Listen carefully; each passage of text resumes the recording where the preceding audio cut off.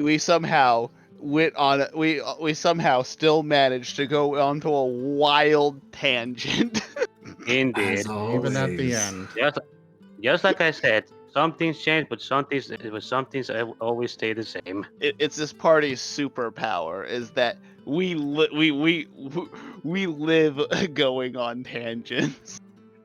The most entertaining developments happened on tangents, though.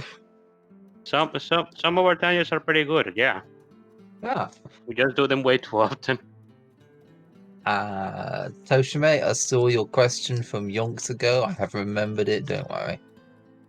Oh yes, if any of you have questions that you'd like to ask, by all means. I do still have to get to that ethereal influence, just so that I answer. What was Greaves gonna do? Yes. So we had a question from Toshime about what about Ramsey. So let's go ahead and do that real quick. Alrighty, Ramsey. Also, how do you pin While a he message? rules over the kitchen, doesn't really have much to do when it comes to fighting a war, other than keeping people fed and like sustaining troops and making sure that there wasn't sabotaging of food supplies. But after that, he goes back to running his restaurant.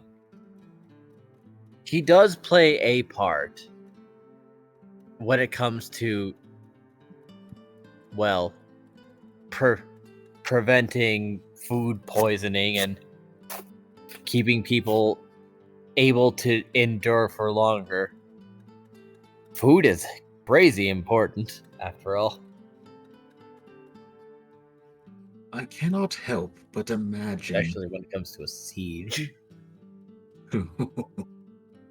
I cannot help but imagine the bulk of chefs having been run by them at least once to make sure they would safely provide for all.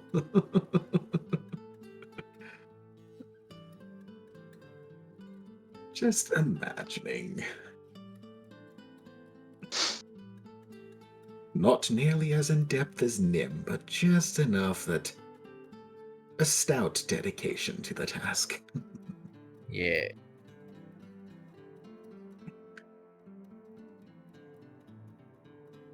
Oh, glorious, glorious. And, well, I promise I'm not a villain. I don't actually know how to pin a message, Achi. Are you sure, Cirrus? I think you may have stayed a little too long with Rubicant. Real quick, let me... if any of my moderators know how to pin a message, please do so for my announcement about asking questions and stuff. So are the viewers gonna ask questions to us? Yes. Viewers can ask us Mod view and questions. have a poke around. Alright. Cool. Yeah, the viewers can ask us questions, and we can also ask Digi questions and such. So you've Greaves. Yeah, go ahead with Greaves. While the ultimate armor was provided, when it came to other logic-defying magic items and the ultimate weapons that were not true artifacts, you'd have gotten them from Greaves. And every now and then, he would have been able to backdoor you close to where you wanted to be if you didn't know where to go. Like, oh no, the exit just so happens to be right next to the bad guy's hideout. Oh no, goodbye.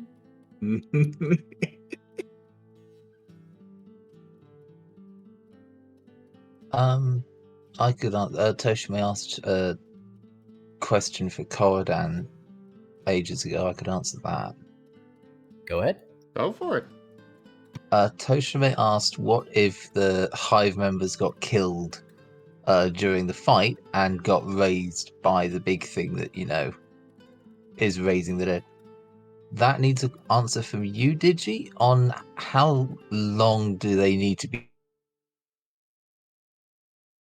to them? How much time would that take? Unfortunately, the things that it revives are revived at its location. Yeah. So they wouldn't be able to join the frenzy right away, but they would be under its sway. I mean, literally, from moment of they are dead, how long would it take for it to raise them from the dead? The process takes about, if I had to put a thing to it, it would take 1 minute to finish being animated. Okay, so around about, yeah, that gives enough time. The answer would be, whenever the warriors go into combat, there are always support types that go in with them. Their job is to, as a hive mind, immediately identify those that have been injured and repair them, and those that have been killed, and immediately start dismantling them in order to repair the ones that are still alive.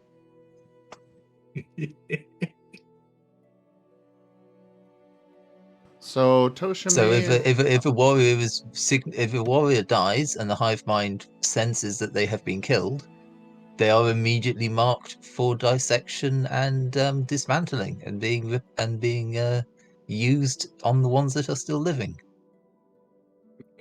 So yes, the reanimated ones would still be enemies, or still Yeah. marked for dissection. Yes, they would be marked for dissection because if they are reanimated, I imagine they are not re-added to the hive mind They are not. as a living part of it. Nope, very dead. Or like from another hive.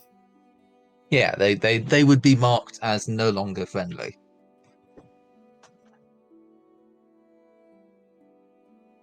Toshime would like to know, or is asking, would best friend the Death Knight, I believe they're referring to Jin, be on the wrong side during the big fight because of the undead? No, the Golgari are also fighting against the Seekers and their crazed, death-corrupting Nephilim. I think the thing is that since they're not like dead and their bodies still contain like a soul, like their undead would not be affected by the Nephilim. No, the Nephilim is raising things that have died in a permanent fashion, and thus distorting death, which Golgari would find absurdly offensive. A prudent choice. Zigix Burr, thank you very much for that follow. So one question I did have, I know a while back you mentioned an interim between Nim planeswalking away from Faerun and then winding up in Ravnica. And we never really explored that. So what was the plan there? Mammon intercepted you. And basically, for the first time, deflected you to another plane. Where you weren't really you, because you basically got slapped mid-planeswalking. And basically, you swapped with your potential. So, inner Nim was outer Nim, and you were inner Nim for a time.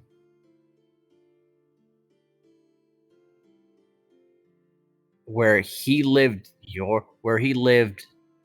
well, as a wolf, trying to figure things out and find Shenzi.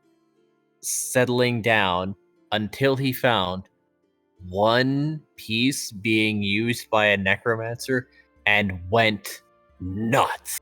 Just absolutely wild.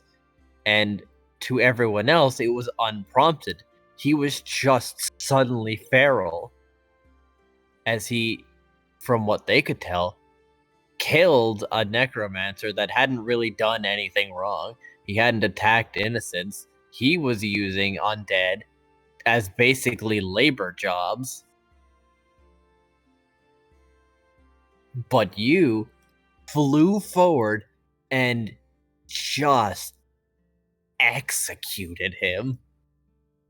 And then when others were like offended and surprised at you and demanding answers, you, realizing that this wasn't the rest of it, demanded answers and asking questions that they didn't understand, eventually leading to a fight where his spark got activated because he was being executed by his own friends because they just weren't able to communicate with him any longer, and he just kept attacking, leading to you planeswalking again, and this time you went through back as Nim. All right. That is interesting.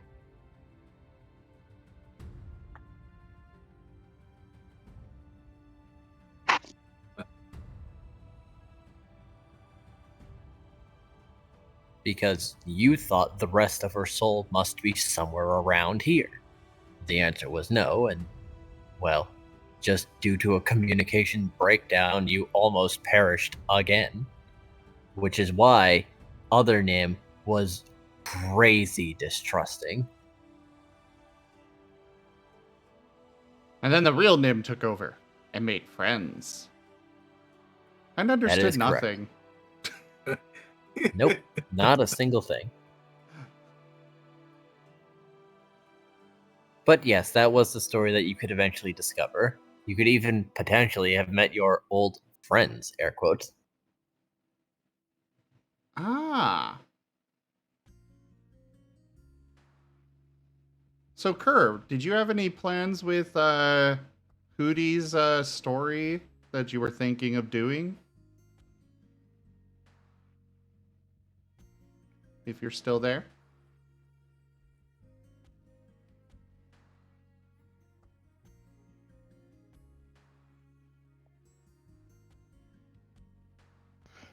I guess he's not. I got the question.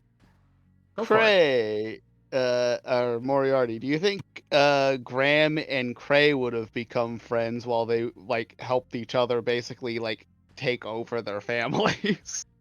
Nah, it's a good question. There's definitely opportunity for it. It really kind of depends on how Graham would deal with Cray's attitude about it.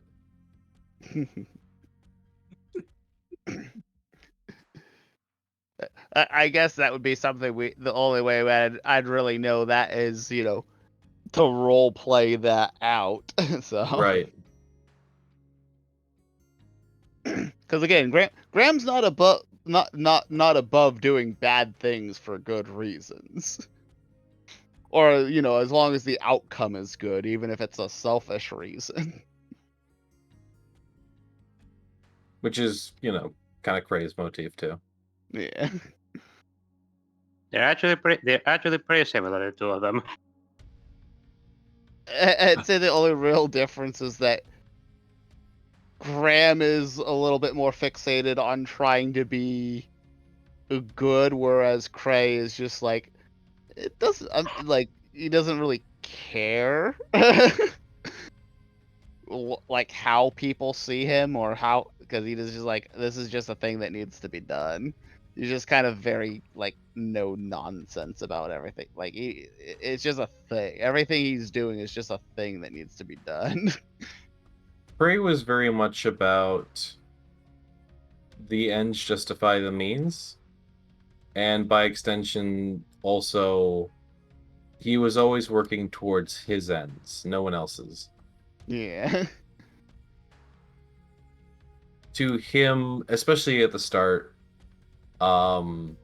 friends were just tools to be used to get to his ends.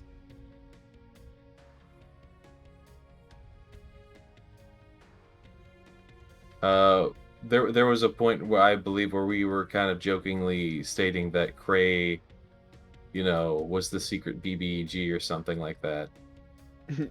And I legitimately planned for that to be the case. It didn't come to pass, but it was a possibility.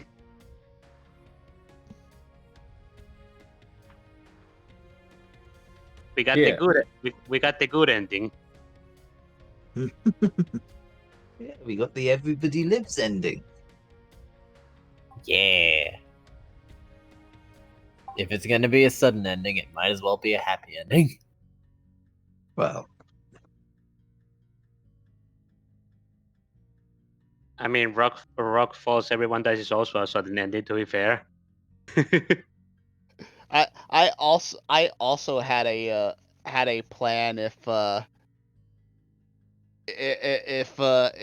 Graham was gonna if I was gonna have to do something with Graham and stop it, basically be a boss fight for the party.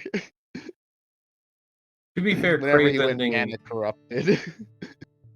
To be fair, Cray's ending itself was not actually designed to be necessarily a good ending. It's kind of a bittersweet ending because, he doesn't necessarily become a better person from it. He reforms things to a way that could be argued as better. But I tried, and that's kind of by design. Is Cray wouldn't create a good ending for himself. He would, create He created an ending, definitely. But I don't know if it could be argued as a good ending. It'd be like a practical, probably more self-serving ending that maybe does good. Right, exactly. Because that's the kind of character that Cray is he wasn't going to get a good ending. He was either going to get the ending where he got what he wanted, but there's sacrifices that need to be made for those for what you want. Because even in this ending, Cray is basically, as I said, ultimately he will be forgotten because he seeks to become a ghost. He wants to become the leader of the people who are not remembered. I and see. who are not seen. I can give some tips, at least on the complete hiding part. So he really looks up to that. What is that guy's name? Lazurius? Is that who the Demir leader is? The guy who's a shapeshifter and not even the Demir know what the fuck he looks like. Lazov. Lazov, that was it. Yeah. After all, you can always drop by with me. He's a ghost among he's a ghost among ghosts. People legitimately don't even know he's still alive. Hey, again, more entertainment.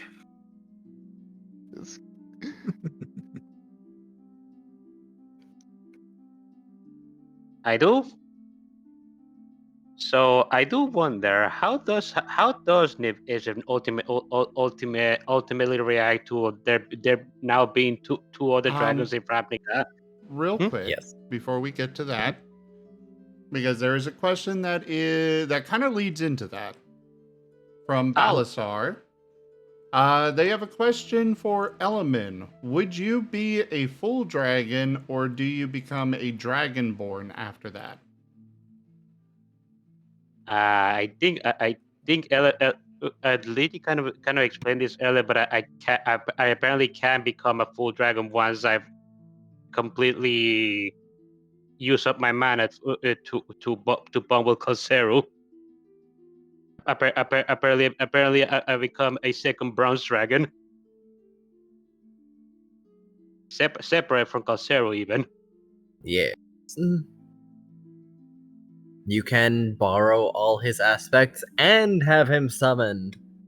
Double dragon. Double dragon. Although I would imagine he could still kind of be Dragonbornish, kind of like how he how he uses powers on the first stages, where he just borrows some of the body parts.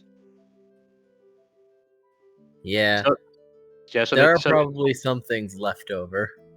A few Mhm. scales here and there. Mm-hmm. Yeah, that's I believe that's pretty much it.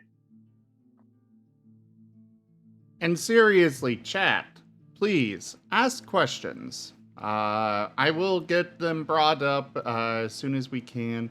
They don't have to be about the ending. They could be about anything across the course of the campaign.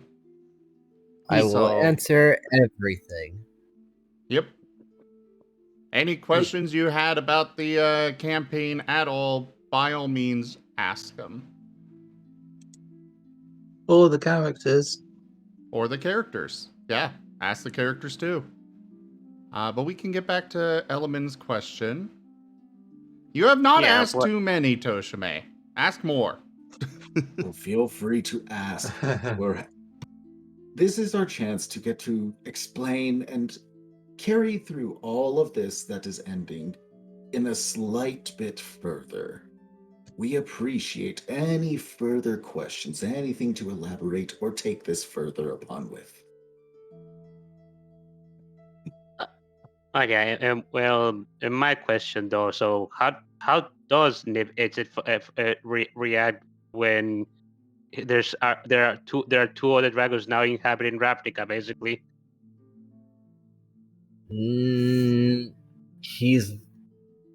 He does want to kill and eat you, but unfortunately, you've risen to too much prominence, and he'd receive so much backlash if he did anything from everyone that, unfortunately, as one of the founding members of the Grey Warden, he can't just do what he wants this time. Whew, cause Sarah and me are safe. To be fair, I think he also ate all the other dragons before. Like, again, Ravnica was like the thing that it is now in the guilds. Yes. He was the last surviving one, and then the guilds were made. And don't worry, there's at least a pair of Maladeus that would happily defend it and work with the two of you. And who knows how many dangerous owlin in the air. Oh my. Bearing in mind as well, Real quick. Element is one of the three that Cordan first bonded with, so Element has the hive backing him up as well. Oh yeah. Like the by the way, the reformed hive. Riptide's young, unfortunately, do not stick around.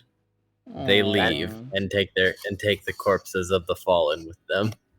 That is They're probably not ready yet, supposedly. that is probably that is probably for the best. So Sirio asks, will Nurse Nim be canon? No.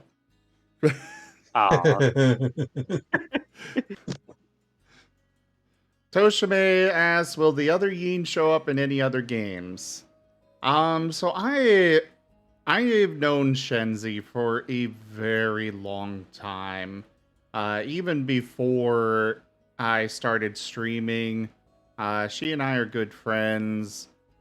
I know her in real life. We used to play games together in person.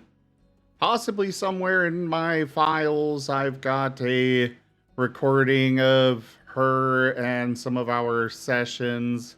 Before I started getting streaming, I was running D&D and was considering doing a podcast with it, and so we had a rudimentary recording set up.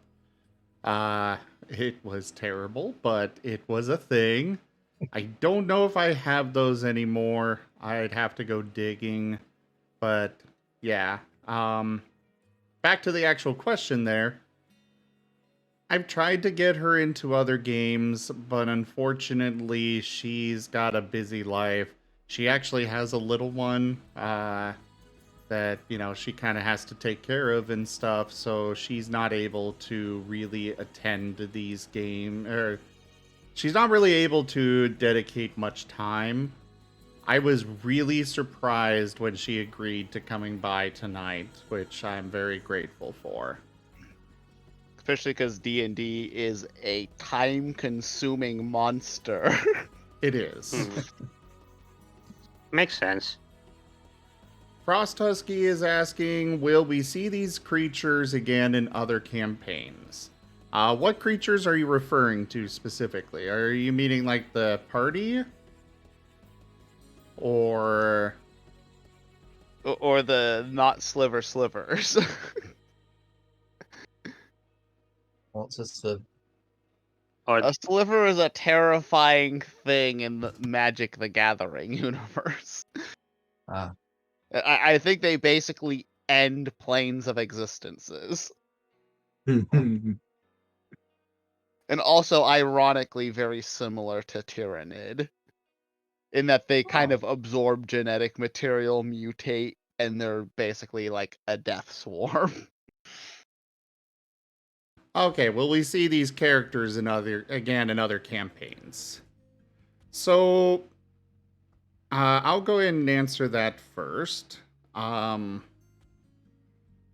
is a character that is always going to be very near and dear to me.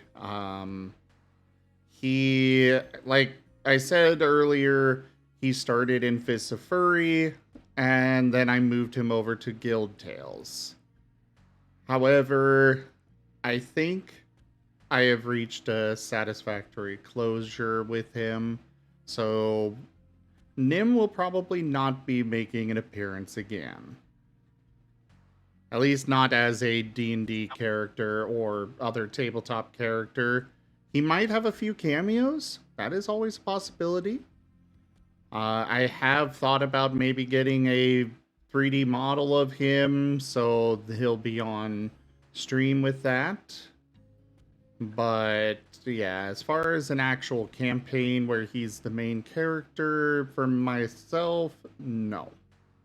But we can go ahead and let the others answer. I will say before they answer, though, we're not sure if we're going to be moving to Pathfinder with this Wednesday group, or if we may be doing something else. So it's a little up in the air on whether they will actually.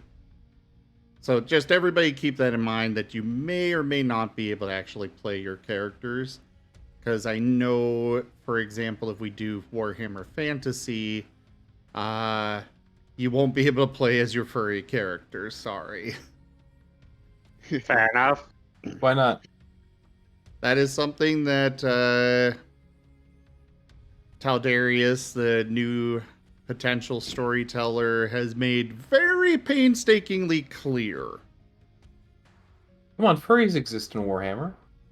They're abhorred by the species Emperor, exist in though. Warhammer. One moment. I think I saw Taldarius. Yeah. One moment. Taldarius? Cloudy? He is not here. Oh. I was going to drag him down. Yep. Is he coming Sark back? and Taldarius have been... Oh, they've been AFK for a while. It's just been me. Oh, you want to hang out for our Q&A? Yeah, sure, I can hang out for the Q&A. All right. Well, we've gained a rag on. The less your inhumanness is abhorred. It's used against you, yeah. Hey, Reagan. Hey, Taldarius. Taldarius is AFK right now, but I moved him down anyway. See if he comes back. Start beating him with a stick. Blah. He probably, if he's like no furries, it's probably mostly because he wants to keep the stick to the 40k lore, like. How dare. Well, No, truthfully and the canonically. Warhammer Fantasy lore, not 40k. Yes. They're two Yeah. separate universes. Yeah, and that is the whole reason, is that if we do Warhammer Fantasy, he wants to keep to the lore. I know that lizardmen exist. He's already said no, because apparently I guess they're a hive mind. I did not know that. They're biological robots. Biological Oh. robots. Interesting. But otherwise, I will say that I've spoken with him about my Skaven character and we've come up with a way that he could be involved. So Stax may be what I play as, but the rest of the party, he has said, would be human. At least to start. Who knows what Stax might do? Human, potentially dwarven as well, because despite the Book of Grudges, there are some dwarves that still tolerate humans. If you do something nice for a dwarf, then they like you forever. That depends if you've already got a pre-existing grudge held against your family, faction, That's fair. or province. Because if They you do basically they remember everything forever. yes, if you do something nice to them, and the grudge in your past history, they'll count it as a favor towards you, but your family in general is still on the blacklist. Let's go ahead. You bought me an ale? Let's go ahead and circle back to the actual question. Yeah.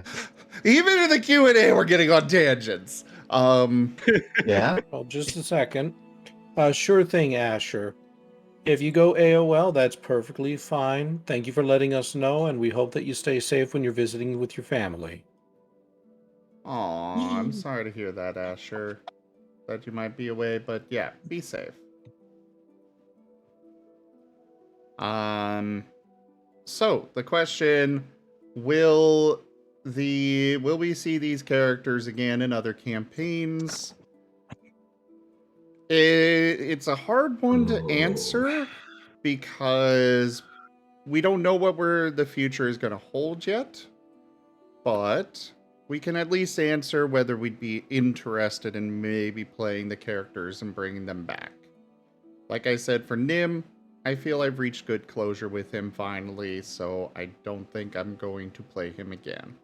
But we can start with Cyrus here. That's a very suspiciously Nim-looking character, just with a beard. I mean, perhaps Tree could appear somewhere else. He's a planeswalker.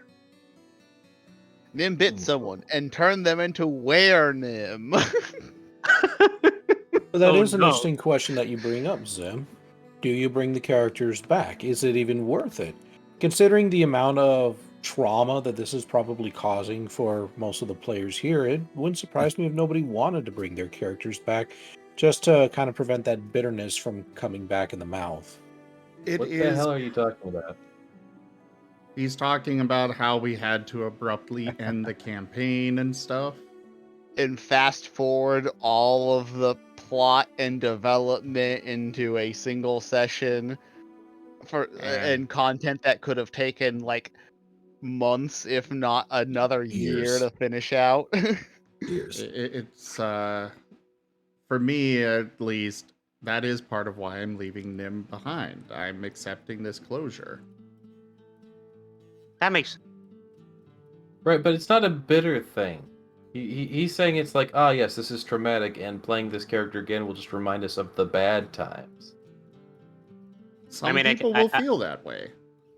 Yeah, I can understand. Others will focus on the good.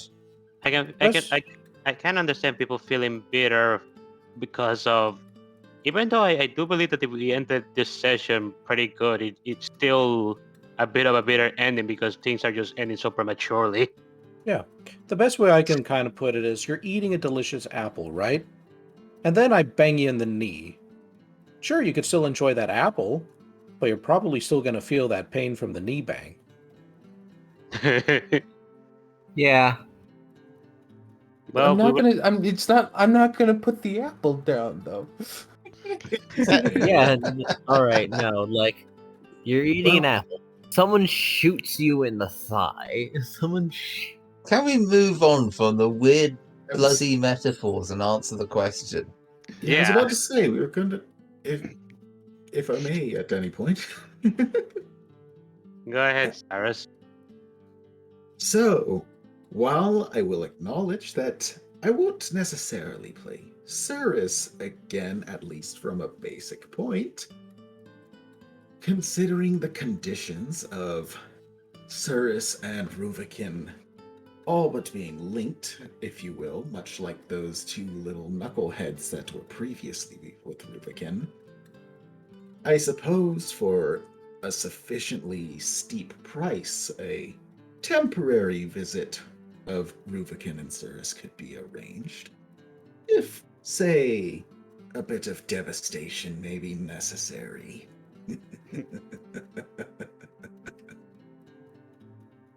You come back as they come back as a level 1 character. Oh, Basically, no, not to that extent. Basically, the Something question maybe here a is traveling more: merchant. you're gonna be. I think Frost Husky.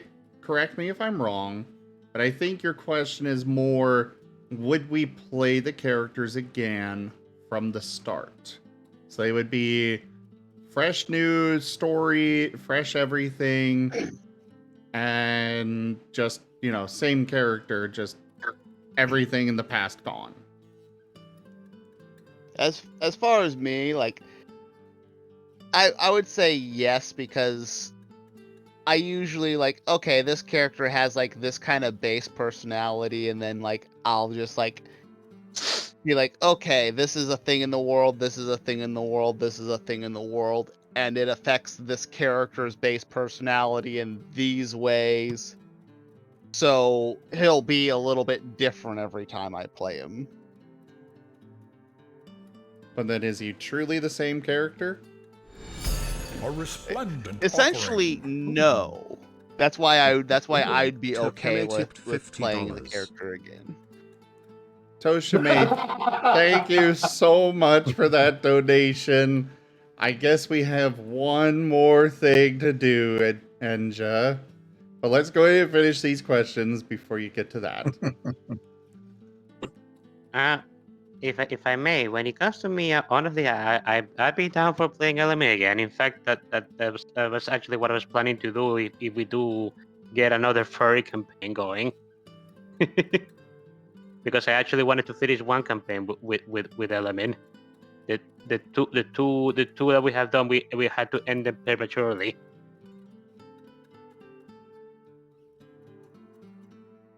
All right, Cordan. On my part, I would be down for playing him again, because now I've explored the character and I've actually worked out, what his goals and ideals are, rather than the panicked blur he was to start with, of hastily thrown together nonsense.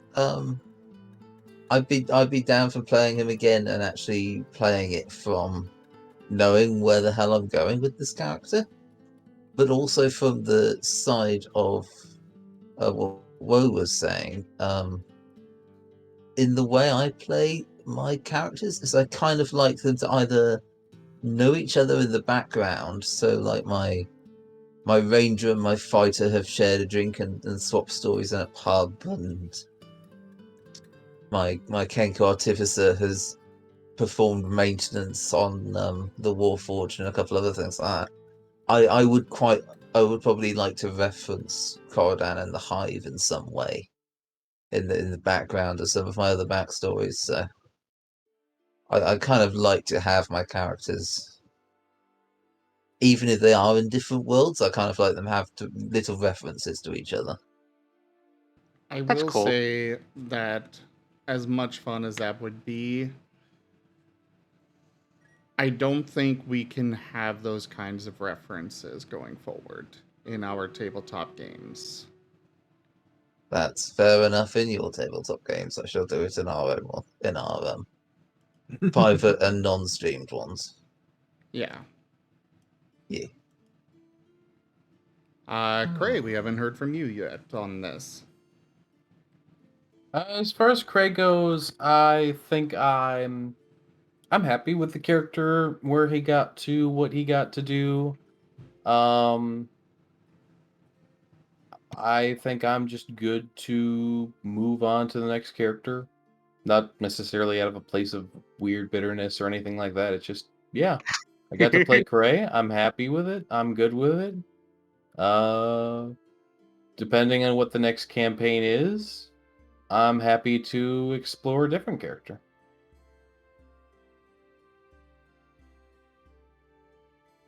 All right. Also, I just want to make a comment on something on something you said earlier when you were like talking with Graham, and you said, you asked the question, is that really the same character? Like, I wanted to give my 2 cents on that, because this is an argument that I've heard before. Like, is that the same character when they're slightly different because the world is different? Like, it feels like such a weird question to ask, because the world inherently has an effect on each and every character purely by like how it's established. So it's like, yes, it's the same character, but no, it isn't, because they grew up in a completely different, established setting. It feels like Fair a weird enough. question to ask. Yeah, that makes sense. It's like the world is a part of our characters as much as our characters are. Like, you will never have the same character unless you play them in the exact same setting, and just, maybe introduce new characters to the setting. Or it's like, okay, we're back at point A, but we decide to do C instead of B. Yeah. But yeah, on the topic of my character, more than happy to just move forward and do something new and see what else I can create.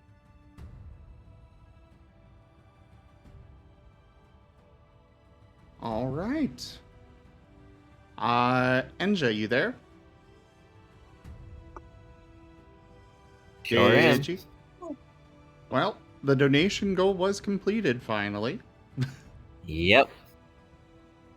Then what better to do than, as Raylel goes back to the Izzet headquarters, there is a thunderous explosion as something rockets towards the sky, followed by, exactly as I expected, and a boom that sends a quake across all of Ravnica. Is Raylo dead? Who knows? What Really knows? what the hell? What the hell just happened? Raylel exploded. All right. Give me an hour. I'll go see if they're dead. Generously stole. Oh my god, there's more. Oh. Raham95 tipped $20. Oh my god. I can't make him explode more. He's spread across the entire plane. I can't make him All right. Thank give you me for a the minute. donation, Raharu. You know what you do now, Digi? Welcome. Raylel implodes now. Oh, I see. No, that's if we get it to. That's if we get it to 100. What was the name of the? What was the name? What was the name of the donation goal? It Relo explodes. Yes. Yeah. And then Raylo explodes. It seemed like the perfect thing to do. Seemed appropriate. Ow. Honestly, yeah, it does seem pretty appropriate. The craziest is it gets the grandest explosion. Of course. Oh, Only fitting. Considering this is all post-game, Cyrus would simply step outside, find a nice good area, and just cast a quick True Resurrection, just in case they need it. And if they don't, well, they're not dead.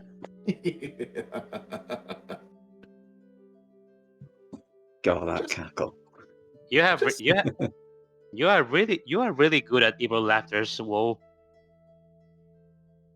Oh, come now. They're not evil. That just depends what perspective you're looking at it from. As my friend or my foe. So Taldarius will be up in a few minutes. Or back in a few minutes. And we might as well have our discussion about what to do next. Oh, yeah, no, go ahead. Well, when he gets back. But do we have any other questions from the chat? Or from others here? Yeah, I was going to say, if I may steal the moment. Digi. Mild curiosity with the described mana abilities. How many instances of Cirrus would be stable and sustainable? I'd say sustainable by endgame and post final battle. I think you could sustain 4 on a daily basis.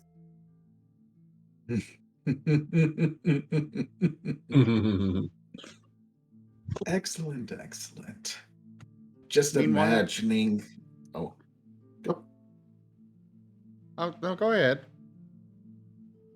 Oh, I was just going to say, and just imagining now 4 separate locations of NFT, with all practically having grown into a massive campus each, and further surrounded by each of just their own section of wilds. Can't believe you're actually calling it NFT. Oh, hell. I guess the It's name is nearly free. There's still a cost. But, hey, it ain't as steep. Nearly free teeth. No, nearly free transformation. Let's just say it would have expanded vastly after the events of everything. What was the original name of the NFT thing? Because I remember it was NFT, but I cannot remember what you originally called it, Enja. Or maybe it was influence from Cyrus from Wosstein. I mean... Oh, go ahead. I believe it was it was an inherited organization. First, it was Happiness and Teeth. The Hat Cult.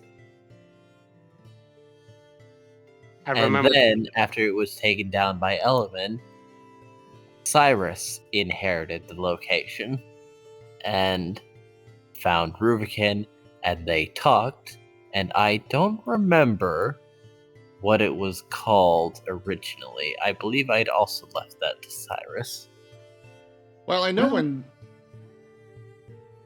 when Woe took over, it became nearly free transformation, so NFT. But Happiness and Teeth? Happiness and Teeth.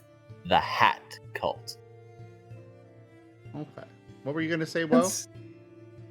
Considering what they were, and I don't know whether this was the original or not, the quickest that comes to mind for me, Never Frown Teeth.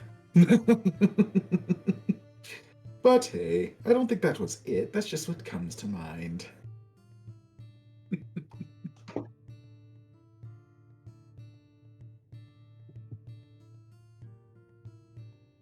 And I guess I do have to wonder. I wonder just how quickly Silver and Elemen would learn Blight. Because, after all, while we never got around to it, Tree gave just the most wonderful locations to practice in. That was a favorite place of theirs. Endless fields of grass and an invigorating atmosphere that you could just fly forever in. Absolutely perfect for instructing 3 relatively new flyers. Hell, even worked out some of the transformation tea for the sake of learning each of your distinct flying styles of dragon-winged with a giant bat, four-winged with a giant wasp, and just a simple giant hawk for silvers. Just taking the time to learn the nuances of each and just best instructing the three of you.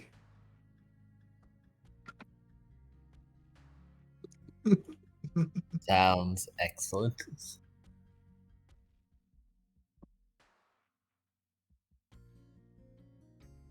I imagine that would have been entertaining in its own right. If you don't give me something to do, I'll have to amuse myself, and no one wants that. Wostein says perfect. Oh my.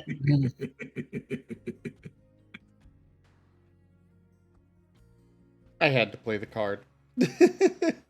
Oh, considering all that, all things considered, that is its own effective statement, yes.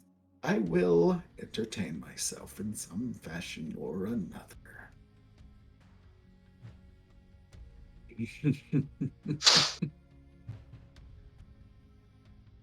So, any other questions? Hmm. From the chat, from the rest of the players, from Digi even. I mean, you're allowed to ask questions. Oh, that is a great question, actually, Wolffab. Let's go ahead and go around the table here with this one. We'll start with Element this time.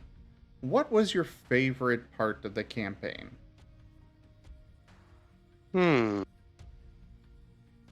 Favorite part of the campaign? Honestly, I'm going to have to say when we started to try and improve the relationship with the parties. I rather enjoy that. Mostly because it felt like we were starting to get closer as a group together. All right.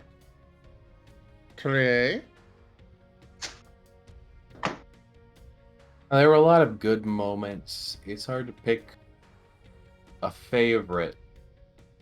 Oh, you can name a few. Technically, the question is favorite bits, so, you know, it's got an S there. You can mention more than one. I enjoyed some of our premiere interactions between the characters with Cray, kind of, you know, doing a lot of the explaining of the world, especially the Nim. You know, some of those things there. I enjoyed some of the dungeons we went through, like the one with Jen in it. I definitely enjoyed the big heist scene, but that was kind of targeted towards me, so I'm biased there. Everyone has their moment. Yeah. Yeah, it's just a good variety of just mainly the stuff we got to do, you know, as a party, where we were like, you know, kind of doing that stuff together. That was honestly some of the best bits that we had. Wolffab expanded gags, skits, arcs, moments, etc. I think one of my favorites was probably Cyrus getting kidnapped as an owl in place of Cray. What? Yes, Lord Remington's tea lemonade parties.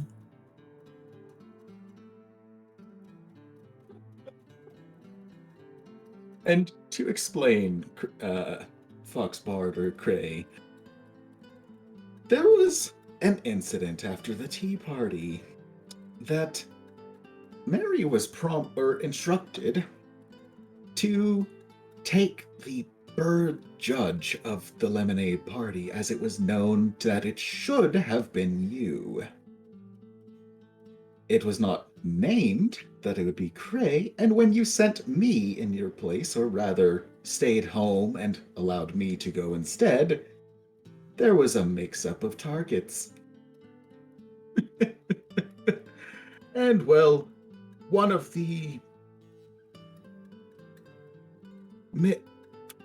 misplaced or previous varieties of the transformation teeth / beaks were left around, and slapping that on, an owl was kidnapped instead as an owl. Yep. And taken to the Lich that was ever so eager to take their vengeance upon Cray, only to be highly confused when the owl turned into an owlin instead of a Kenku. And promptly infuriated. Amazing. Oh, very much so. Especially as no one in the party was aware. I think even Nim just happened to overlook it at some point or another, as I believe they were the only one within earshot, but, well, they had other pressing concerns. Did that happen on stream? Yes. Uh-huh. I don't recall this. I don't believe you were present. Ah, that would be why. That's why he was the judge.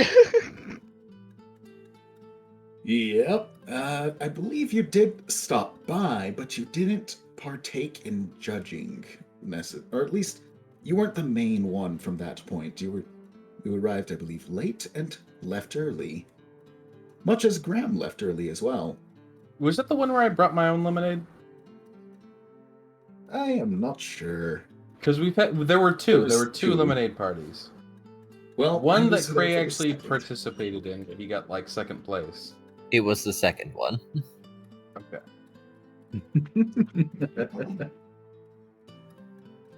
It was entertaining. And the first time that the Lich got assailed as the owl was whisked away and defended by Rubicon. Wasn't it the party where like Zim killed a guy? Oh, that was the same one. That was the second one, yeah. Oh, Okay. Remington was furious with these terrible lemonades. And so he ordered his own son dead.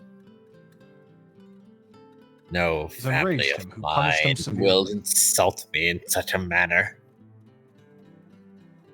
Was that Taldarius? Yep. Yeah, hi. I've been there. Hello. Ah. Well, let us finish going through this question. Cordan. Favorite bit, gag, skit, arc, moment, etc.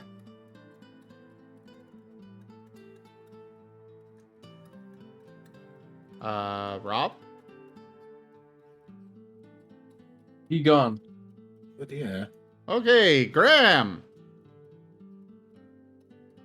I enjoyed a lot of the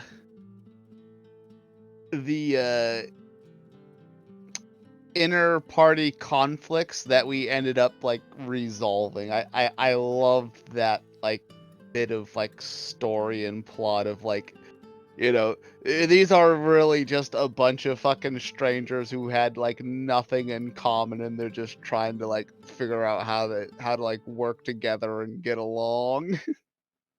It was very interesting to see like you know, a party that actually felt like, you know, a bunch of strangers just thrown together.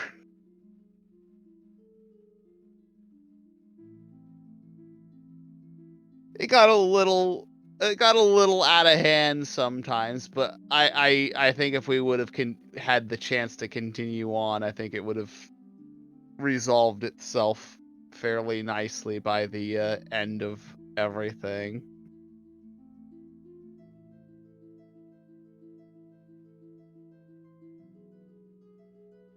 Possibly. We'd have to have seen. I do think they could have used a bit better planning. And sticking to plans. But that's beside the point.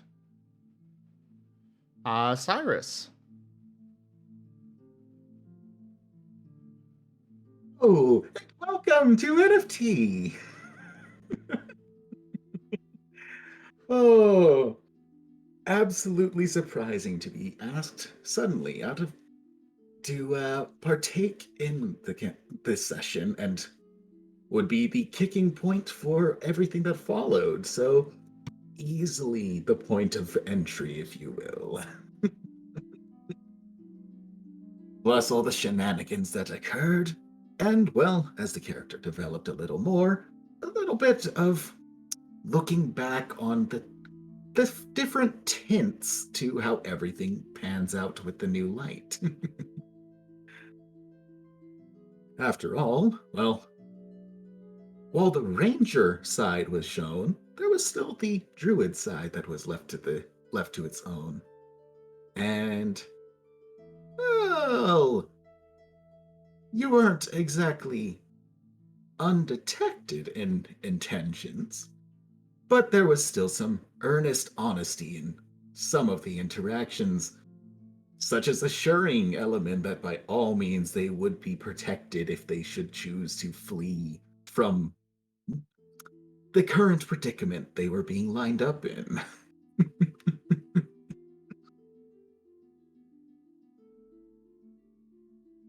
Absolutely entertaining. Yes.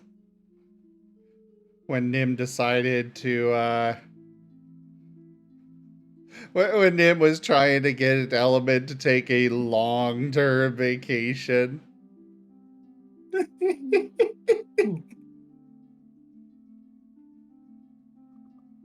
Internally, I can hear you two speaking as animals. What are you two fools up to? You know what? You haven't done anything serious yet. No need to lash yet. Just go along with it. Wait. Is this one being forced?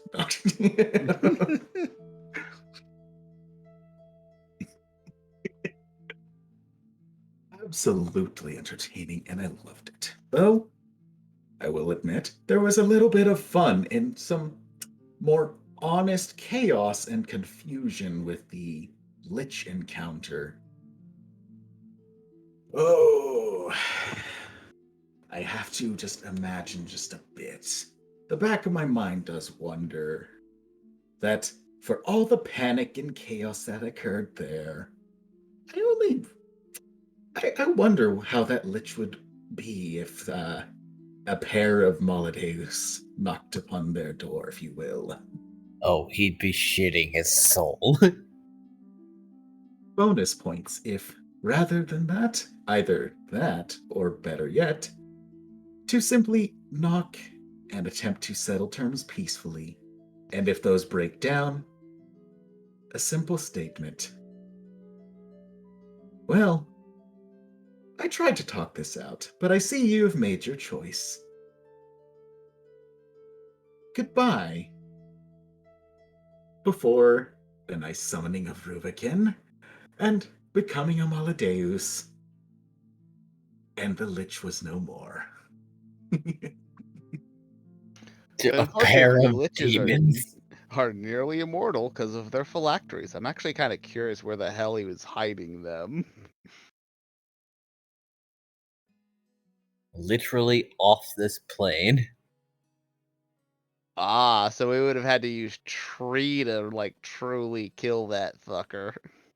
Yeah. Or found some way to track where his soul goes.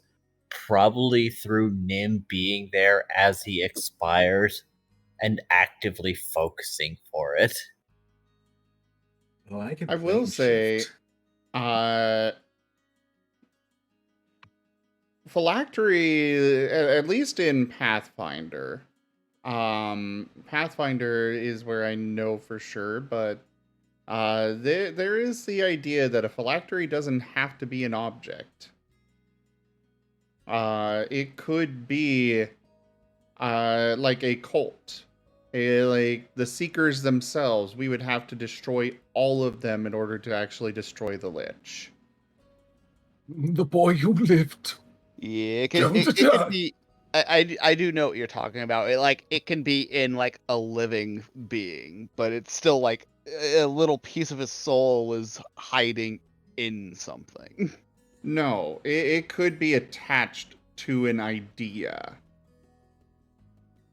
I don't remember that, but I could see it.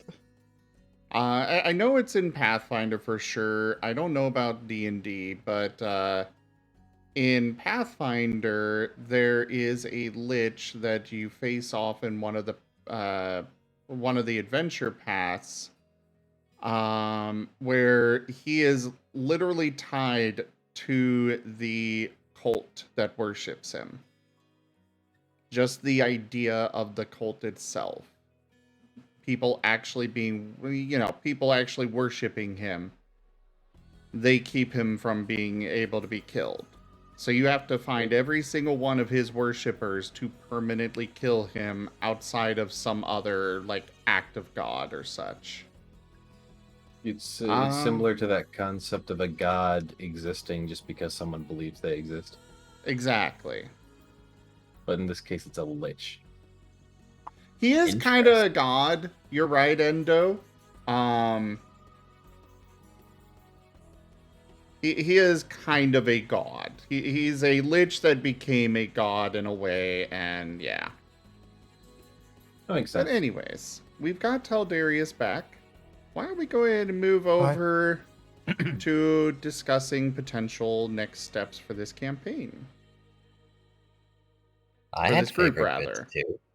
Oh yeah. I apologize, Enja. Well, I'm sorry.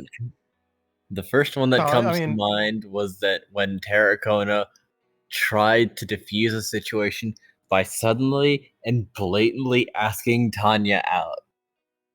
Oh yes. And it worked.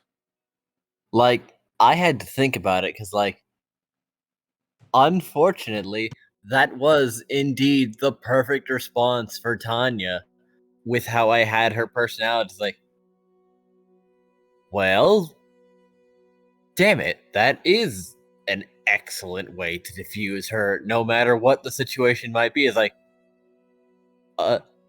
I never even so much as gave a hint about that, but yeah, she is lonely a little bit.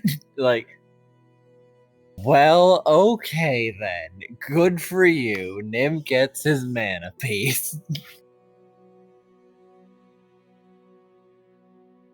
After that, I liked actually doing those little solo adventure things where I got to introduce someone significant. Where you remember Golkasa's entrance. He was so pleased that someone was about to, like, stand up to him that he was gonna get serious, and you had to run. But then he just liked you because you punched me in the fucking face. That's rad. I'm gonna make you a captain, at the very least. I remember that. I enjoyed Nim becoming friends with Golkasa. Yep. Can we be friends? If I can punch you, go for it. Punches you through multiple walls. I mean, Golkasa is a very straightforward, but he is also a very sincere person. He meant it. And Nim managed to survive with literally just 1 health. Yeah, Nim almost died. Friends! Yay! Just down the hallway. Friends? Friends. I'm dying. Yeah. I also tended to enjoy playing any strong and helpful character that really had no reason to withhold information or not answer your questions. Like when you met Jin or Malt. It's like, nah, you're just good people. What is this subterfuge bullshit? I'll just tell you what I know. I do enjoy I did really enjoy the scene where everybody's thinking that Nim was going to get squished by this Death Knight. And he just goes over like, pet me? Yeah, okay. Yeah, okay. Oh. To be fair, at that time, I don't think we realized that these guardians were actually like, champions of the guilds. Otherwise, I don't think we would have been nearly as scared of them. We were just like, these asshole guild people just put the scariest, deadliest thing in this place and is just waiting to kill literally anything that so much as moves in these places. Yep.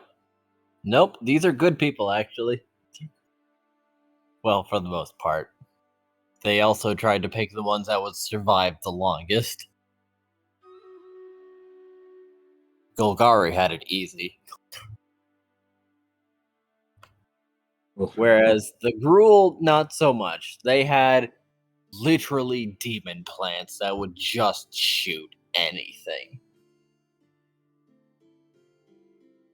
And was it, I believe, 4 of them? 3.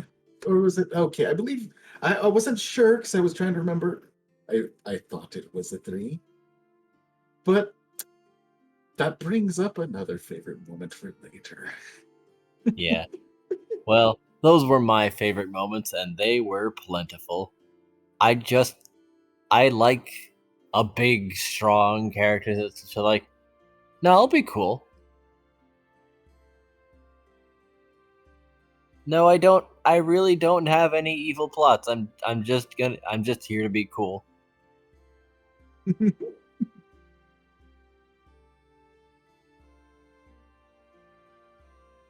If I may chime in. Oh, go ahead. Oh no, by all means. I'm basically wrapped up. I was just going to chime in with that one extra bit of another favorite being the Iron Thorn encounter, as that the events of that one allowed me a few things. One, it's yes, Cyrus going nuts. And you're expounding on your backstory. Yeah, that one. Finally, it gave me the events and inspiration for what I would give my character in terms of something of a background to come from. And it also allowed me another thing, giving a more thorough showing of what Cyrus was capable of, with the previous time being just showing only the hunter side, which was even then a little lackluster at the time, to Graham, and showing an entirely separate side during the Ironthorn encounter. And absolutely enjoying the chaos of that.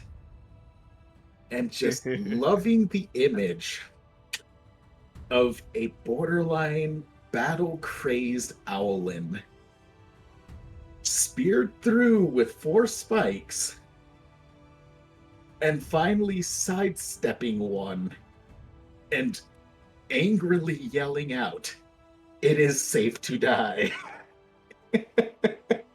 And continuing the blind assault, even to the point of, of the multiple back-to-back nat ones. Oh, that was glorious in so many ways. First cramp, second slightly worse cramp, accidentally slashing Cray, nearly slashing Cray again, only for the realization that I don't have the extra action and thankfully don't have to slash anyone else.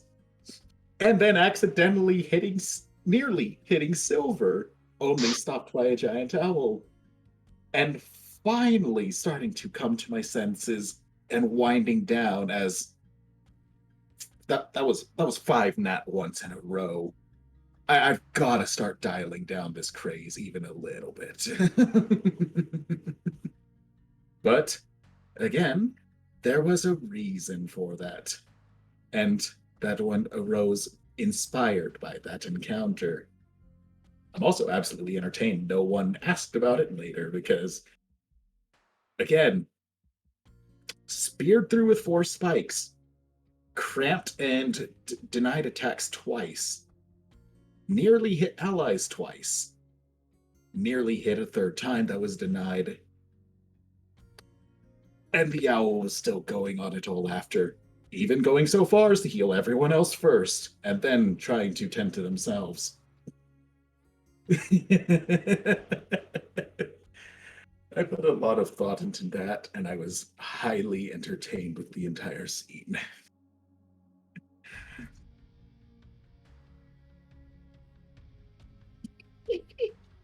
Well, anything else to bring up?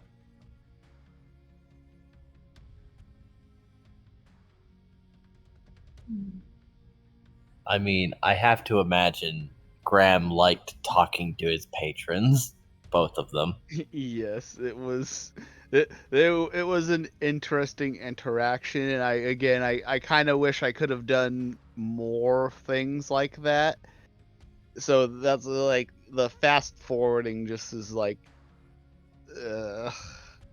as far as like plot and story goes, because it's just like it just feels like a bunch of like potential like stories were kind of like flushed down the drain.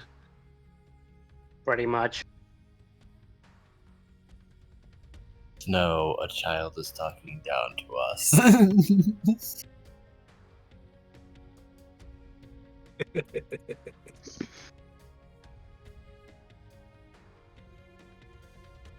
Why is violence your only solution to everything? They really were a disharmonious pair by that point. Indeed.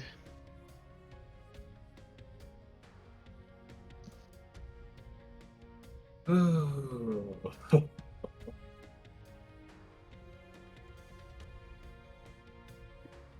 Well, I can at least say that I vastly appreciate this little bit of closure to things. It's not perfect, but in its own right, it has been something to enjoy, and gives a better leave to it all.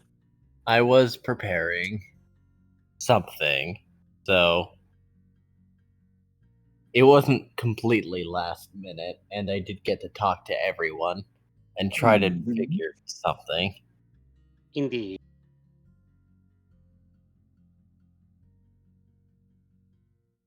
It still really sucks that we had to bring it to an end. Yeah.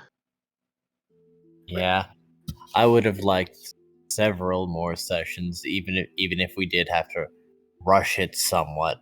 Probably just like intermittent sessions of, all right, this is this point, and this is all that has happened. Like at least the major points. Yeah. Yeah. Like Well, convincing Mary to defect, defeating the villain leaders one after another, or at least orchestrating their downfall. well, if I may, we do have Taldarius here now, and he has been waiting for a good second. Why don't we turn our conversation towards the future? You are correct. Future. Future. I knew you guys were gonna do Future. that shit. The moment the moment future was fucking mentioned, I knew that I was gonna get like inundated with that shit.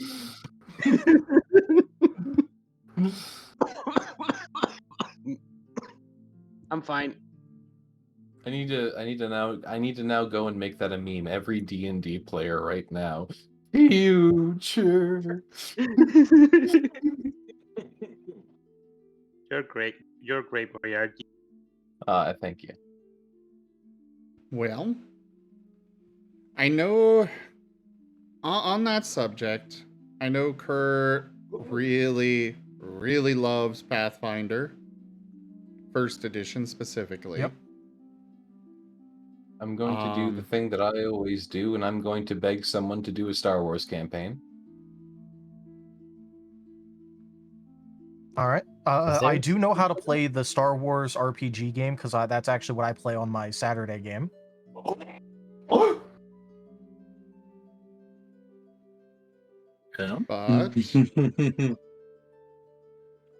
But that would require that everyone knows how to do it.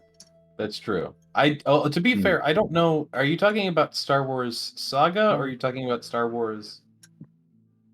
Star Wars RPG, specifically the Fantasy Flight Games version. I don't know if I've played that one.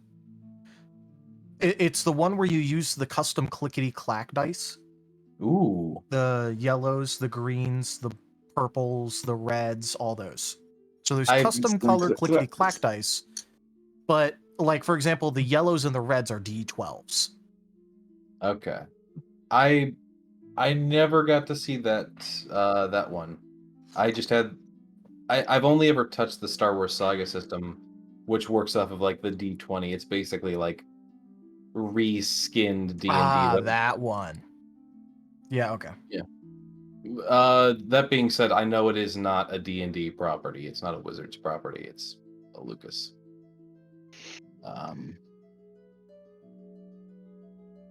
But I'm willing to learn things just because I want to do a Star Wars campaign so bad. But of course, that's also up to everyone else. Again, this is just me. I have been fiending for so goddamn long to do a Star Wars campaign that I will bring it up every chance I get. If no one else wants to do one, by all means, ignore me. I would be up for Star Wars. I was just mentioning the fact that I know how to do the Star Wars games. So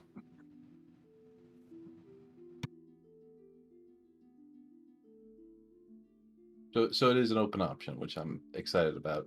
But again, to everyone else. Zim, you were about to say something, I know.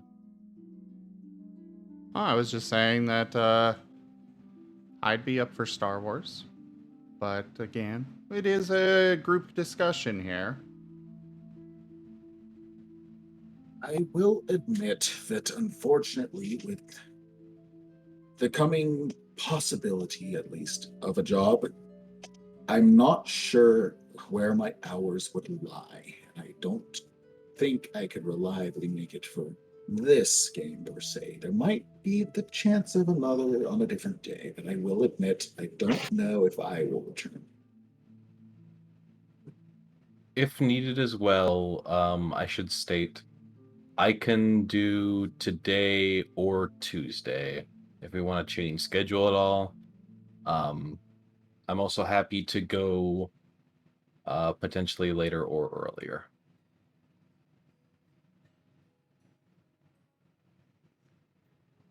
Sorry, what was that?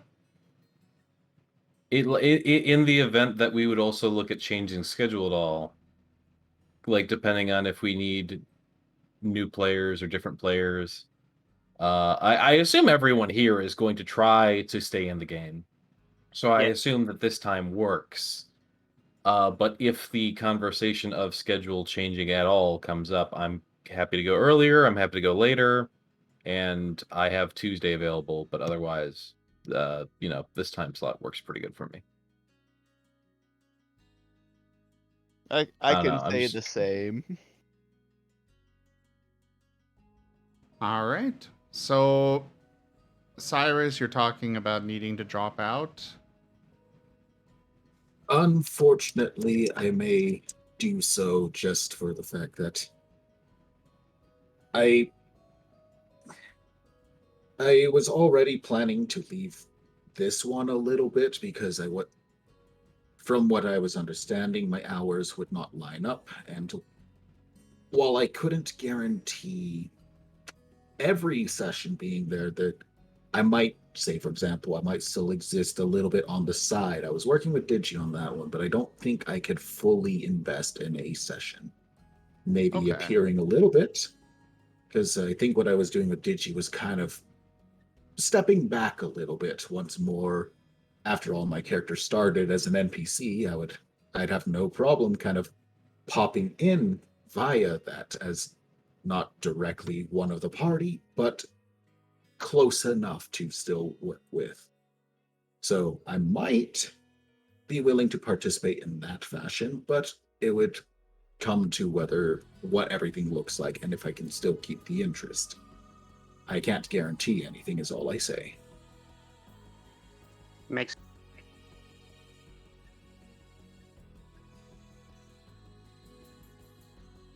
Yep. All right.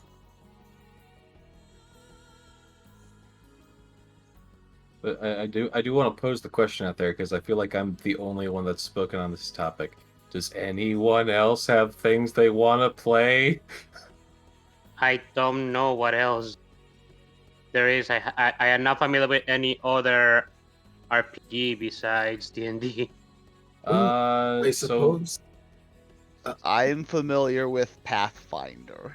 I don't know if the Pathfinder I played was the first edition. I just know I don't think it was. I just know that I do know Pathfinder, and I do enjoy a lot of its systems in that it gives you so many choices, an If it gave you a lot overwhelming of amount of choices. Okay, you were playing Wait. first edition then. yeah, first edition has so many archetypes Yep. and so many things. I will throw out there are like a good slew of other games that I do believe aren't D&D that don't fall under the OCL or whatever it's called. No, OGL. OGL. Yeah. For one thing, I can throw out there despite its recent game Cyberpunk was a really big tabletop RPG for a while. There's also Before we what's throw that out other one? ideas, I think it would be better if we asked Taldarius for what systems he knows. That's a good idea. Because, Okay. even if we need to learn it, it's different between us needing to learn it and the storyteller needing to learn it. Right. So go ahead, Okay. Taldarius. So, on the list of systems I know how to play, obviously all the D&D systems are on the list, but that, that's being ruled out for obvious reasons. I know how to run Pathfinder First Edition. I'm unfamiliar with Second, but I'm pretty sure I could pick it up really fast if I really needed to. I am familiar with the Fantasy Flight Games version of the Star Wars systems. But I have also dabbled in the other Star Wars systems. I'm familiar with BattleTech, specifically the Time of War books, as well as the normal rules for BattleTech, because it's all cross-compatible. I know how to play Shadowrun. Real quick. I know how to... Yep. Why don't you so we know Star Wars, we know D&D, we know Pathfinder, at least generally what they are. Give a description for the others as well. Yeah, I was going to ask what BattleTech was. Yeah. BattleTech Mech is Warrior? it's Mech Warrior. It's that system. Mech Warrior is a subset of BattleTech, but BattleTech is the name for the system overall. It's the one where you can go and be a mech pilot and fight in mech wars and all that. Oh, was that there's a bunch of different eras. Was that the one that No, it is not the one that Dova ran. Dova ran Lancer. Lancer. That's that was the one. Lancer. That's Okay, the one I'm interested in is Lancer. I cannot say I've ever personally played Lancer. I haven't either, but it seems like it'd be like a fun system. After touching Lancer, I can confirm it's pretty fun. I forget why I had to leave that game. But it was a fun game. I forget why I had to leave. I had to leave for one reason or another, but it was a fun game. Well, the game itself kind of just fizzled out. Well, yeah, but I left before it fizzled. It was still going for a little while after I left. I don't know. But either way, let's go ahead and carry on. Yep. So I know how to run in the BattleTech system, which is I will say that one's fairly gritty at times. Like if you're in a mech, it has you keep track of your heat dissipation that you get from using your mech and also from taking fire from enemies. It has you check a bunch of stuff like that. I have one character creation is question. very in depth. Yeah. I was gonna say, are the mechs as complicated to throw together as they are in the video games? Because I assume it's probably worse. It's actually more complicated, but it could also be less depending on the time period that we run in, because there's the secession wars, there's the clan invasion, there's the jihad, there's the post-jihad era, which is technically where current era is in terms of the whole thing. There's Word of Blake, all that. So there's a bunch of different things, and the earlier in the system you go, the less and less expansive the technology is. So if you don't want to get in the weeds that much, we could just run a secession war campaign, for example. And that would be like, the Lyrian Commonwealth, the Draconis Combine, stuff like that. It wouldn't involve the clans. But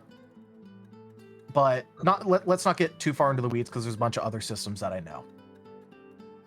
There is the Shadowrun, which is, I also know how to do Cyberpunk, various ones in the Cyberpunk series. Those are more like, they're very similar to like Cyberpunk the game, but the thing about Shadowrun is that it's like it leans into the fantasy instead of the sci-fi. So there's like a bunch of different like races that exist in fantasy, but now they exist in modern day, and like there's a bunch of stuff that goes on there. For example, Europe is ruled by a dragon. Stuff like that. Oh. That sounds interesting. Yeah, so that's Shadowrun, but it is very sci-fi, but it also includes a lot of fantasy elements. So I know how that one works. I'm approving of that so far. Now the thing is that if you want to play in Shadowrun, just know that you're going to have to deal with the fact that the entire world is a corptocracy, where corporations are governments. Oh. I'm running an AC game that I homebrewed from scratch, where that's basically the case. Where it's like, hey, governments, what are those? We've destroyed both religion and government. Welcome to your new corporate lifestyle. If you're born in our country, you're now an employee. It's a good thing I have money, otherwise Hyperion wouldn't have revived me. Yeah, but I just wanted to I just want to make that very clear, because I know there are people who would like hate to play in a world like that. So it's just more like, being upfront about it. Like everything corptocracy. Other systems I know basically all of the Warhammer systems. This is 40k and fantasy. I know all of the fantasy WFRP systems. Specifically, Furry and 2e are the ones that I'm very familiar with. But for example, 3 was made by Fantasy Flight Games, which is the same people who made the Star Wars games that I play. So I know how that all works. I'm sorry, the what? Sorry, I talk fast. Fantasy Flight Games made the system for Star Wars that I play, but they also made one for Warhammer. Okay, so they have a Warhammer thing. Yeah. I'm just giving like an example for the ones that I know. I know 2 through 4, 4th edition. 4th edition is current for the fantasy. For 40k, I know Wrath and Glory, Rogue Trader, Dark Heresy, Only War. I know the gamut. I have also run smaller games in a bunch of the more disparate like alternate fantasy systems that are out there, but it'll be hard to name all of those and what they are. But if you have one in mind, it would be easier just to ask if I've heard of it or played it or not.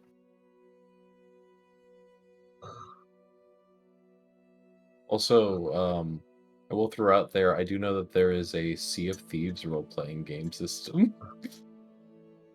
The thing is, I know literally nothing about Sea of Thieves. I have not even played the game. Fair enough. I would not be a good person to ask for that. No, I just thought it was funny. I've always been interested in like the Warhammer universe. I haven't gotten too deep into it because it's just a quagmire of the lore, but Oh yeah, and the thing is, I know both settings very deeply. But I I only know always the liked 40K. my favorite thing about the Warhammer universe is basically like if you have a crazy person who believes strong enough that they cannot die and no one else believes like stronger than them combined that they can die, that person is basically immortal. So that is a very big it depends. That is a very big it depends right there. That is not a catch-all truth. Are they an orc? Yeah, then yeah, absolutely, that's true. Yeah. Now, if it's an orc, then that's the truth. If it's anyone else, it's a maybe, because you got people like Saint Celestine, who like, yeah, she's basically just a holy warp demon at this point who just self revives. Literally, her rules on the battlefield is that if you kill her, she rolls a dice, and if she rolls certain numbers, she literally just revives straight up on the battlefield. You have to kill her again. Oh no, I wasn't talking about like the game systems themselves. I'm just talking about like the Warhammer universe in general. Like if you believe something strong enough and there's not enough like people whose collective consciousness is like no, you can't do that, then you basically can do whatever the fuck you want.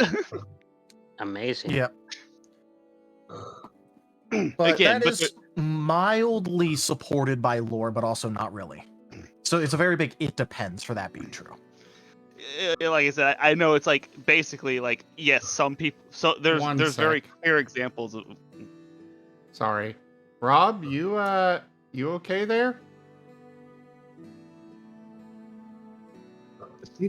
Rob. I think Rob fell asleep I think they may have fallen asleep. By the way, okay. I was going to say, by the way, that was just Rob being moved out. If they happen to return, shall we ask them of their favorite moments as well again, just in case? After answered already. Oh, right. Okay then. I had blanked on whether that was the case. Maybe I need to get more. But yeah, so that's my list of knowledge. There's probably one or two more that I'm just forgetting about because I've played a lot of systems. Hey guys, I know we're discussing. Sorry. Oh no, I was just saying, but you guys should probably discuss among yourselves what's interesting you with that list. Yeah.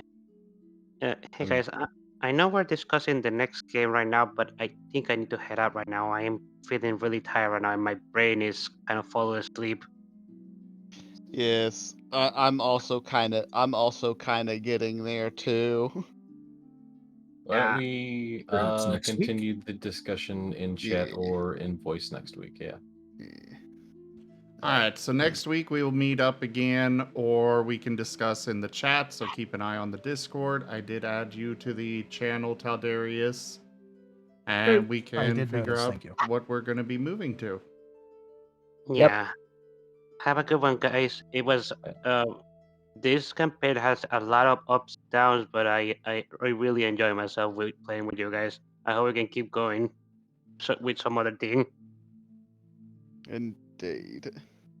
Mm-hmm. Later, guys. See you. Take care. Rest well. Hey, go ahead. Enja, are you going to be staying with the group? Are you going to be playing a character? Maybe. We'll see how my schedule shakes out because I do have clinicals on Thursday, and those are the ones I have to be early for. Well, because they don't want you to be on time; they want you to be early because that's professional. Air quotes. Oh, and I love working with people that are if you're on time, you're late. As far as I'm concerned, if they're not paying me, I'm going to be on time, not early. Yeah. Yeah, I was about to say, I work billable hours. Thank you very much. Mm-hmm. You want more effort? You got to unlock the DLC. Honestly. 1999.